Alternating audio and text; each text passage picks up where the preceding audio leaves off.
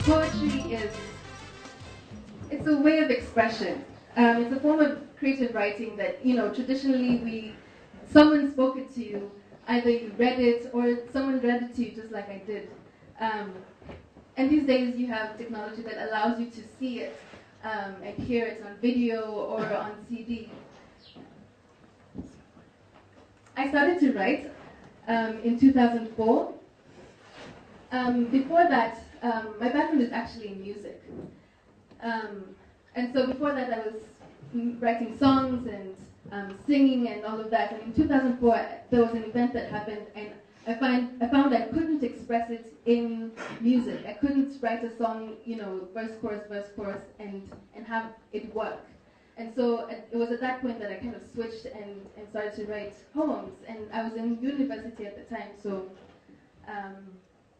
I studied it and tried to kind of grow in the craft. Now I didn't feel like now I've become a poet until maybe 2009. I'm the one who discovers as I go along how empowering or how much of an impact poetry and the arts can have. I'm as surprised as anyone else, really. So in 2010, I published a book. It was called Mothertongue. And just last month, a CD, which is called Introducing Ngwatilo, which is now playing on the radio. Very lovely to hear yourself on the radio. I've been asked to speak about how my art form, how empowerment can come through my art form. And I'm a writer, so I have to look at my notes, because otherwise it will not work. Poetry is a way of knowing, fundamentally. There's an example that I wanted to give. When they discover the cure for AIDS, right, it'll be new knowledge. It'll be something that we did not previously know. In the same way, and not all the time, but sometimes the poems that we write and the art that we create allows us to see ourselves and the people who see it, allows us to see the world in a whole new way that we didn't know before. And it is knowledge. It is as important, not saying, it is as important and as valid as that. It's also a way to report and communicate an idea for either instruction or reflection. And I have to say, my life and the path that I've chosen has changed because of the work that I started to do with poetry. Back in 2006, I won a fellowship at my university to spend 2 months with a mentor, an established poet, and really do an exposition and write 20-something poems it was. And I chose to write about home. And at that time, I was living in the US. I had a scholarship to go study there. And so home, I discovered, was this thing that I didn't know.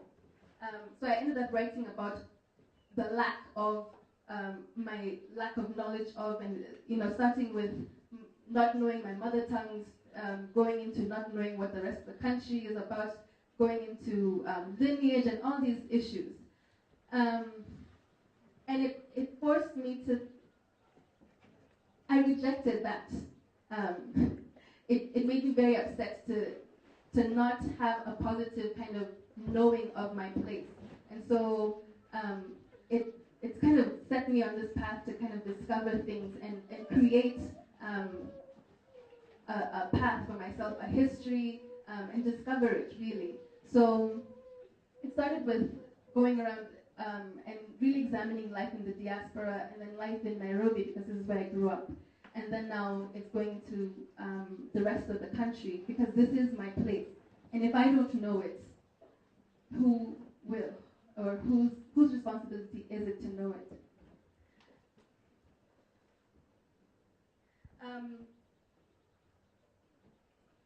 In terms of the city of Nairobi, 6 years ago, there was nothing happening in terms of poetry at all.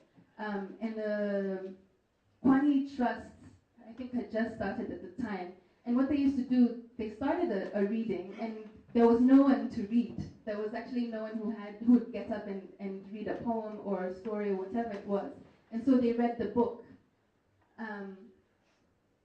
And over time, it grew from that one group into people actually starting to get up and read their own work, into now there's 2 events, 3 events, and as of last year there was like 10 events.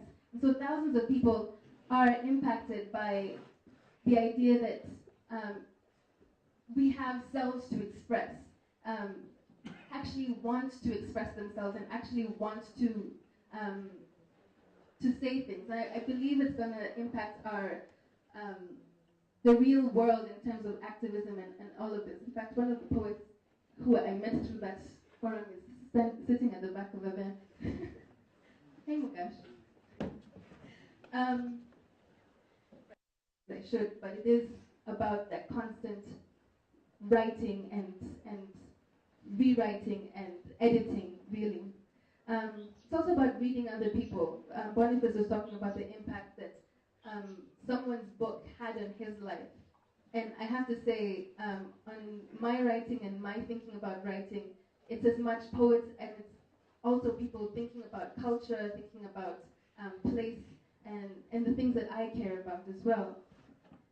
And the reason that, I think part of the reason we say write every day, or people say write every day, is because it's the only way you kind of get to the bottom of yourself. I think when you start to write, you start with very glossy, top, surface things about what's important, and, it's really rubbish. Most of the time, you just have to accept that. But when you start to feel comfortable with yourself with a pen, you get to some really golden stuff. Like, really, everyone in this room has something, or says things in a different way. Like, everyone in this, it's not cliche, everyone in this room is unique. And there's a way of seeing that you see that no one else does, But we always start with the cliche. We always start with the things that we hear other people say as if they are what is acceptable. But really, there is unique thought in your mind, and you just have to kind of work to get at it. There's a quote that I've carried with me. I may not have it exactly, but it's by Robert Pinsky, who's like a really major poet. And he says, the work of the poet is to mediate between the dead and the unborn. And I'm carrying that with me, especially with this new project of going around the country, because I feel like Kenyans don't know each other. Is this true or not? Do we know each other? Okay, good. So I don't have to tell you how even Rafael Tuju, president's advisor, was like last year. You remember when there was so much happening with the constitutional, when we were voting the constitution in? And it's like, there is no Kenya. It's a geographic phenomena, right? This is the president's advisor. At the same time, you go to Samburu, and there's a pastoralist there, and he's like, so, how is Kenya? And you're like, we're in the same country, yeah? And